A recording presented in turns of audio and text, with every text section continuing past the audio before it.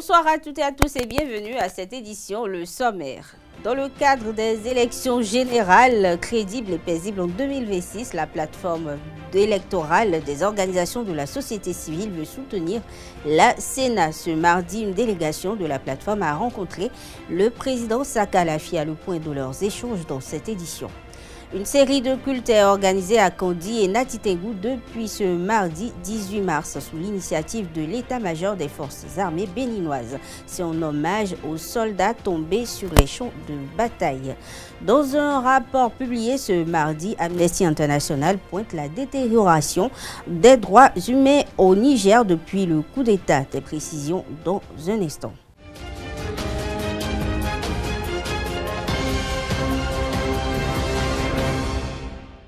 Bonsoir à nouveau. Le président de la Sénat, Sakalafi, a reçu en audience une délégation de la plateforme électorale des organisations de la société civile ce 18 mars 2025. Discuter des préparations en cours pour les élections générales de 2026 et la manière dont la plateforme pourrait contribuer à la réussite de ce processus est entre autres l'objectif visé. À la tête de la délégation, Léontine Idowu a souligné l'importance d'organiser les élections transparentes, crédibles et pacifiques, surtout dans le contexte des élections couplées prévues. Elle salue également les efforts déjà engagés par la Sénat à cet effet. En tant que membre active de la société civile, la plateforme a proposé son soutien pour accompagner la Commission électorale nationale autonome et les acteurs politiques, ce afin de sécuriser l'intégrité du processus électoral. De son côté, le président de la Sénat, Sakalafi, a partagé les défis auxquels la commission est confrontée pour organiser des élections de 2026. Il a notamment évoqué les réformes du code électoral et l'énorme travail lié à l'élection couplée. Après la suspension de ses activités il y a une vingtaine d'années, la brigade sanitaire sera relancée le 28 mars prochain. Une cérémonie qui va se dérouler dans la salle de conférence du 12e arrondissement de Cotonou.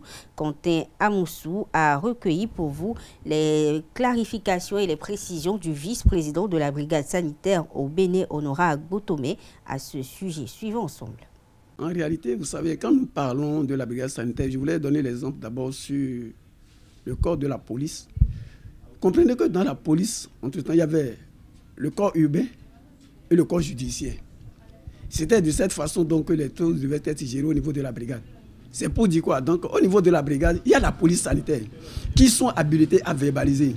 Or, ceux de la brigade, les brigadiers sanitaires sont les hommes du terrain, comme le corps urbain, et qui devaient aller sur les terrains, constater les infractions et pour que la poursuite maintenant soit acheminée donc, au niveau de la police sanitaire qui peuvent aller au niveau du parquet donc, et continuer sur la poursuite judiciaire, je dirais.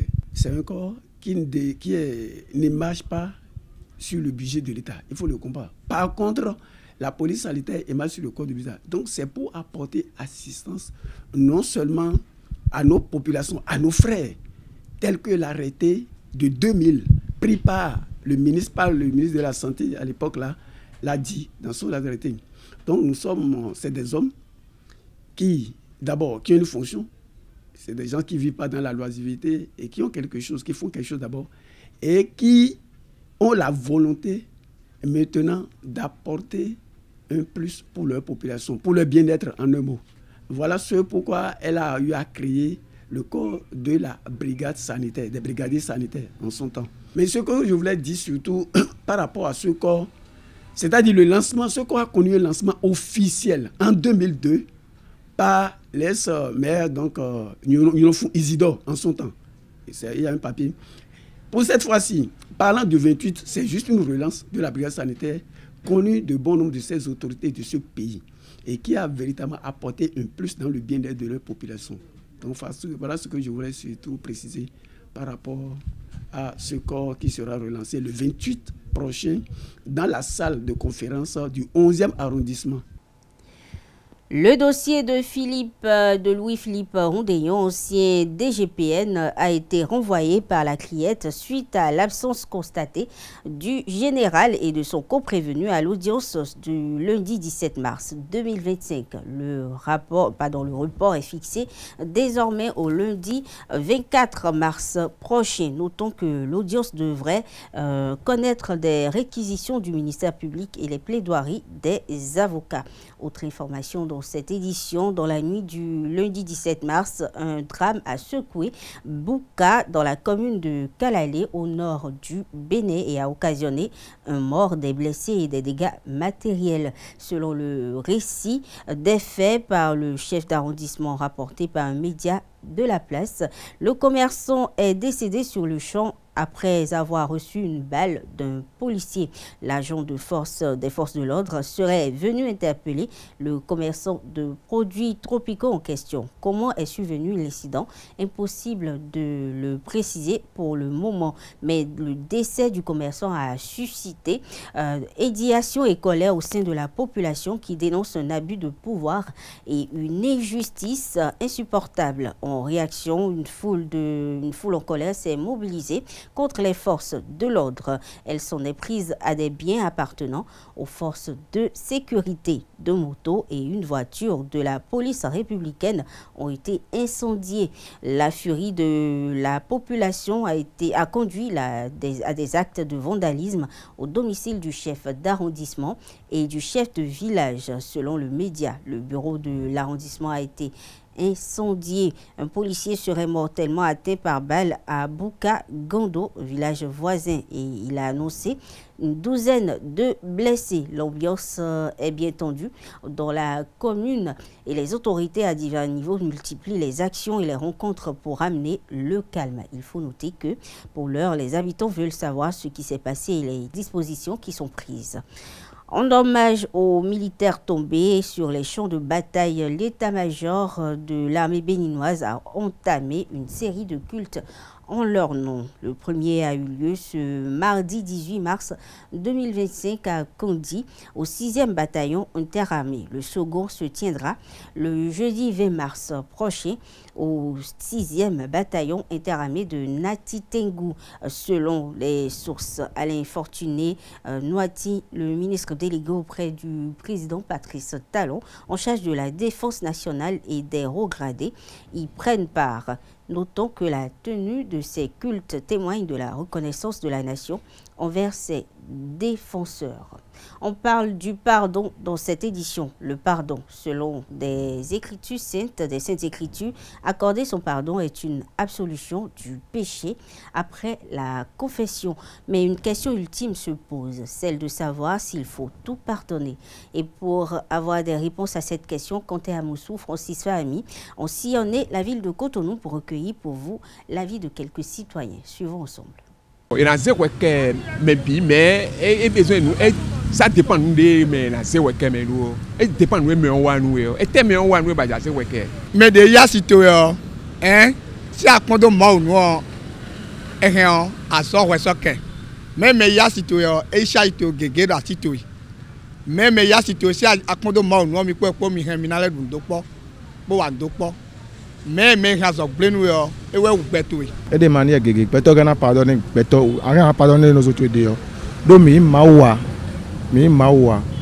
oui mi dosira beno cho beno ze ko mi to so kemi on mi de mari mawo ne donc nos mi to de jagodo mi on mi rien mi na ze ke ayen konton che boya se che yo mi no ja ni wa no egbe ya na pardonner we ko mawo po na do don c'est ça mais aya se che o so bo na do ko pardonner mo na ze mo na wa nu yan ka yo na blog gbe le fia par exemple dio ni me ya se che yo nya ko do ko dia no na jodo à tout moment nous bi mais ha so che gble na we say ko ni an freche bo yin wa nu mi de so aso ha so che gble ya parce ha so che gble akwa si che akufi che awu fami che bi sese mais aya si ke si gonche ade nduru ko nu mi we nye ko we ko so say ko mi do ko dia me na we ka do mais so si na collaborer dia mi so si collaborer dia do me de da si to yi we o mais ne e na we amoy mais ne rien à oui mais na wa ni yan ya bonjour bonsoir et au remercier que garder ya mais les n'a problème ko mi na wo jekpo ne ko so jekpo. Le ministre togolais des Affaires étrangères, Robert Dussé, a exprimé la volonté de son pays de rejoindre l'AES, l'Alliance des États du Sahel, qui regroupe le Burkina Faso, le Mali et le Niger. C'est ce qui ressort d'une déclaration du ministre sur son compte officiel sur Facebook. Agapit Napoléon Maforican, analyste politique, a analysé les propos du ministre togolais des Affaires étrangères au micro de Francis Fahmi, Nasserine Fatoumbi. On suit ensemble. S'il advenait que le Togo adhère à l'AES, les implications, c'est que le Togo ne serait plus à la CEDEAO. Ça, c'est le premier. Ou alors le Togo servirait de pont entre l'AES et la CEDEAO. Donc le Togo jouerait un rôle sans tampon, comme le papa Yadema le faisait déjà de son vivant. Donc le fils aurait repris la fonction du père de manière plus formelle. Par exemple, le Togo n'est pas un pays sahélien. Donc le Togo peut offrir, donc peut y entrer pour ses propres intérêts, pour être une sorte donc de débouché vers la mer pour les pays sahéliens réellement. Et donc et le Togo, avec la situation que le Bénin a avec le Niger, a déjà récupéré rapidement, disons, les dividendes nés des problèmes, disons les conséquences des problèmes entre le Niger et le Bénin. Le Togo a offert son port, a offert des garanties et s'est plié. Bon, donc, du point de vue commercial, le Togo peut tirer un bon gain de son adhésion à l'AES. Du point de vue politique, je ne sais pas, pas grand-chose, sinon que l'AES ne fera pas d'injonction politique. Il ne faut pas l'oublier. Donc, du point de vue politique, l'AES qui n'est pas créée, qui est une organisation créée plutôt par rejet des injonctions de la CEDEAO en matière politique. Donc, une fois le Togo entré dans l'AES, il n'y aura plus ces injonctions-là. Et donc, le Togo peut continuer sa politique tranquille, ses mutations internes, sans être obligé de s'expliquer devant la CEDEAO, par exemple. Donc, vous voyez qu'il y a quand même des implications et c'est peut-être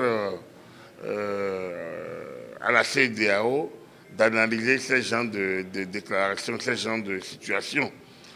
Le Togo veut, l'exprime, ne n'est pas encore parti. Pendant que le Ghana fait le tour, après le Sénégal et Diomaye Faye, le Ghana et son nouveau président aujourd'hui font le tour pour demander, le président ghanéen a fait le tour des 3 États sahéliens, le Burkina, le Mali et le Niger, a fait le tout donc pour leur dire de revenir, enfin, pour plaider la cause de la CEDEAO.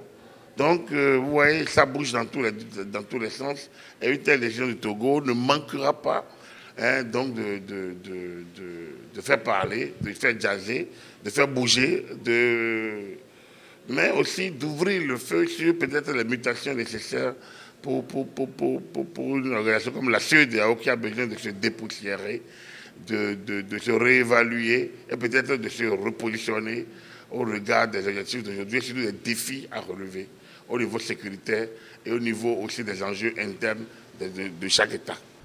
Actualité hors de nos frontières, plus précisément au Niger. Les droits humains et l'espace civique sont sous pression depuis le coup d'État du 26 juillet, conclut Amnesty International qui publie ce mardi 18 mars 2025 un rapport sur la situation dans le pays depuis le renversement du président Mohamed Bazoum et l'arrivée au pouvoir des militaires du CNSP. L'organisation estime que les nouvelles autorités nigériennes n'ont pas tenu les engagements pris après le coup d'État.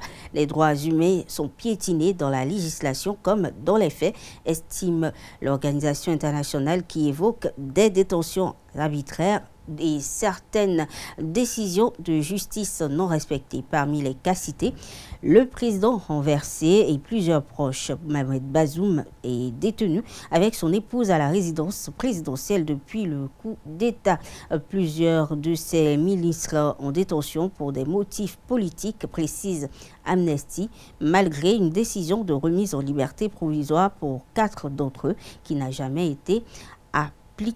Le rapport pointe aussi de la participation croissante de la DGT de la DGDSE, les renseignements extérieurs aux placements en détention et aux interrogations, ainsi que de la création d'un fichier de personnes impliquées dans des actes de terrorisme ou des infractions portant atteinte aux intérêts de la nation. Autre information hors de nos frontières, le Bundestag a approuvé ce mardi une réforme majeure du frein à l'endettement permettant une augmentation massive des emprunts pour soutenir les dépenses militaires et relancer l'économie. Ce plan ce plan surnommé Bazooka mobilise plusieurs centaines de milliards d'euros et marque tournant dans la politique budgétaire allemande. En effet, pour Friedrich Merz, président de la CDU et futur chancelier d'Allemagne, la situation internationale contraignait l'Allemagne à agir vite. Le désamour de l'administration Trump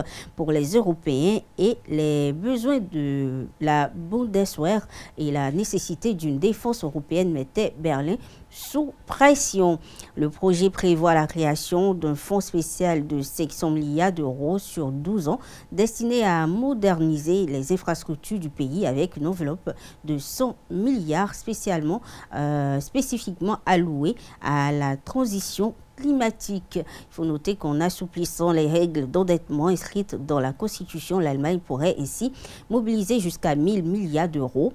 Au total, la réforme a été adoptée par 513 députés, tandis que 207 se sont abstenus. On parle sport dans cette édition également. Après leur succès lors du match aller face à la RDC, les Amazones U17 du Bénin ont confirmé leur domination en s'imposant largement lors du second tour des éliminatoires de la Coupe du Monde. Grâce à cette performance, les joueuses d'Ida Azonsou accèdent à l'étape suivante du processus qualificatif. Toutefois, le chemin vers la compétition mondiale reste encore long. Des journalistes sportifs analysent cette qualification. La qualification des Amazones du Bénin et les Amazones du Bénin U17 lors du deuxième tour des éliminatoires de la Coupe du Monde n'est rien d'autre que le résultat du travail qui est en train d'être fait depuis un bon moment. Nous avons eu un championnat qui est en cours, nous avons des filles qui ont de temps de jeu et en plus de ça, on a quand même eu une très belle préparation, une bonne préparation pour cette double confrontation face aux léopards de la RDC. On a vu une équipe sous les ordres de la sélectionneuse Ida Azonsou entourée de son staff technique dont le coach Luis Figo Bonou. Et le travail a été bien abattu, les filles se sont bien préparées. À Lomé, lors de la manche aller, on a vu une équipe béninoise qui était du moins en place, qui n'a pas été du tout inquiétée. De retour également du côté de Kinshasa, on a vu également cette même formation. C'est dit quand même que la préparation a simplement donné son résultat. C'est le fruit d'une préparation bien faite et je félicite au passage la sélectionneur Ida Azonsou et le coach, mon très cher ami Luis Figo Bonou pour le travail qu'ils ont abattu.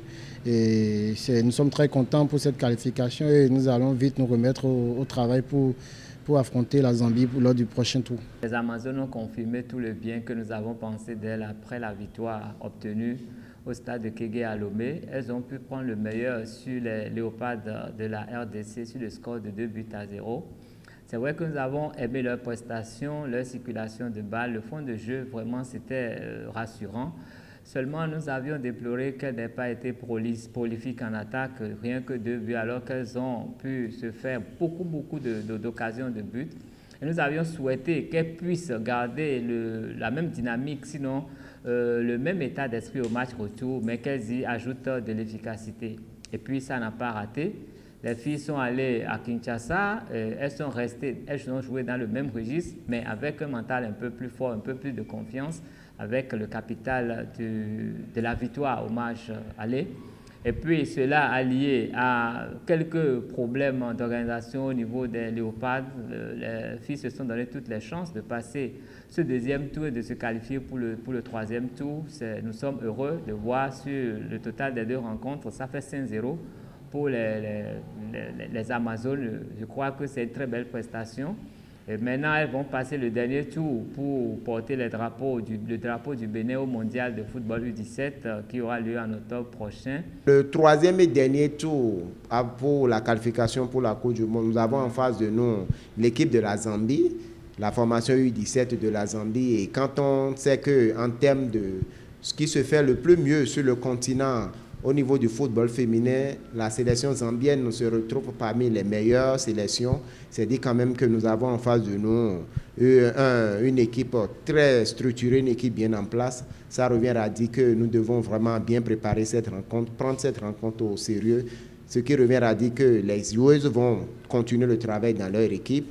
La sélectionneuse, par le biais de la fédération, aura le temps d'avoir les images de match de la double confrontation de la Zambie et l'un dans l'autre, on va pouvoir bien préparer. C'est vrai que c'est un adversaire de taille, mais néanmoins, on va pouvoir inculquer le mental qu'il faut aux filles pour qu'elles aillent chercher vraiment, aller titiller, pourquoi pas déjouer les pronostics face à cette formation zambienne qui était dernièrement à la Coupe du Monde U17 du côté de la République dominicaine. Donc, un vrai adversaire. Néanmoins, je pense que nos filles, elles peuvent bel et bien aller titiller, pourquoi pas aller chercher la qualification. Déjà, il faut bien négocier le premier match qui va se dérouler en Zambie.